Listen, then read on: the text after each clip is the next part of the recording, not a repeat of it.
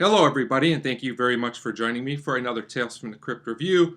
Today I will be talking about Season 2, Episode 13, Korman's Kalamity, directed by Rowdy Harrington, and starring Harry Anderson as Jim Korman and Cynthia Gibb as Lorelei.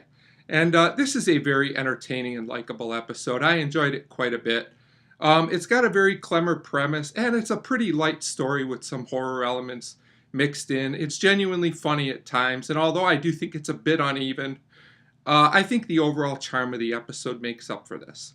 And I definitely think this is a solid episode overall. So we start with our main character, Jim Korman, and it turns out he is a comic book artist for Tales from the Crypt, a very clever premise for an episode.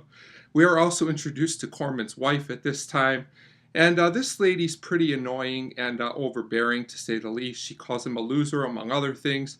She blames him for not being able to have children, and she also basically makes it clear that he will never be rid of her. They're together forever. And this gives Korman some inspiration he's been lacking to draw a monster, as that's what he does in his job. So a pretty solid setup. Then we go to the next scene, and Korman is doing his laundry, and we are introduced to our other main character, Lorelei. And Korman notices her for the first time here, and seems kind of interested.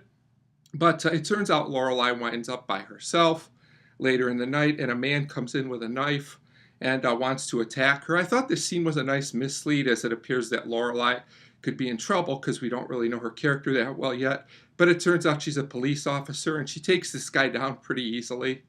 And at this point, the guy gets back up. Lorelei tells him that a literal monster is coming out of the washing machine, which it really is. More on that in a minute. And of course, the guy doesn't believe it, but this monster really does take this guy out in a pretty strange scene. There's some gore here, which was kind of interesting. So Lorelei's on duty the next day, and she noticed some comic books, and she notices the same monster that she saw is the one that Jim was drawing, as she notices his name on the comic book. She also notices other monsters that have been allegedly spotted around town.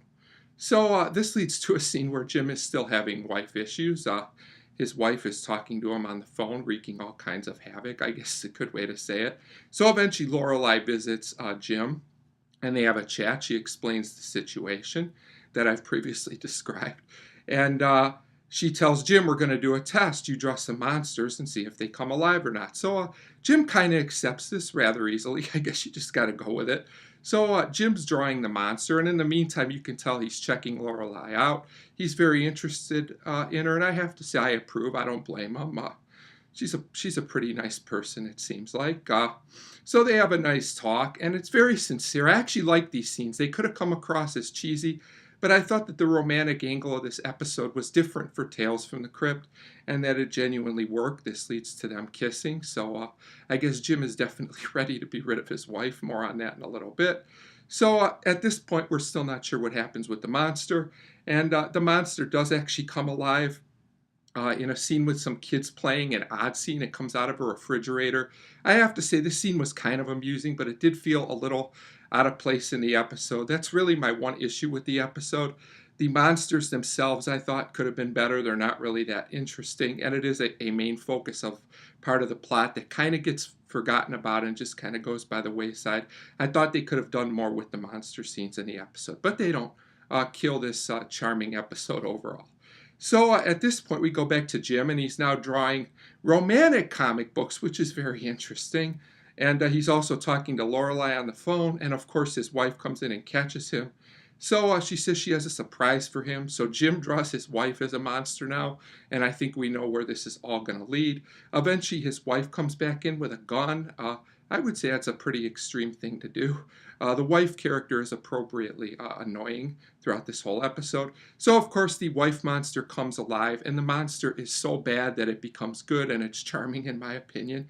The monster has the same outfit as the wife, which was pretty funny. So, of course, the monster wife attacks the real wife, and Jim and Lorelei wind up together, and Jim tells Lorelei he's not married anymore. So, probably not a good ending for the wife, but probably a good ending for Jim and Lorelei, although I'm not really sure what happened to all the monsters he created. I guess they just disappeared. They never really resolved the monster plot. I guess if he just doesn't draw anymore, no more of them will come to life.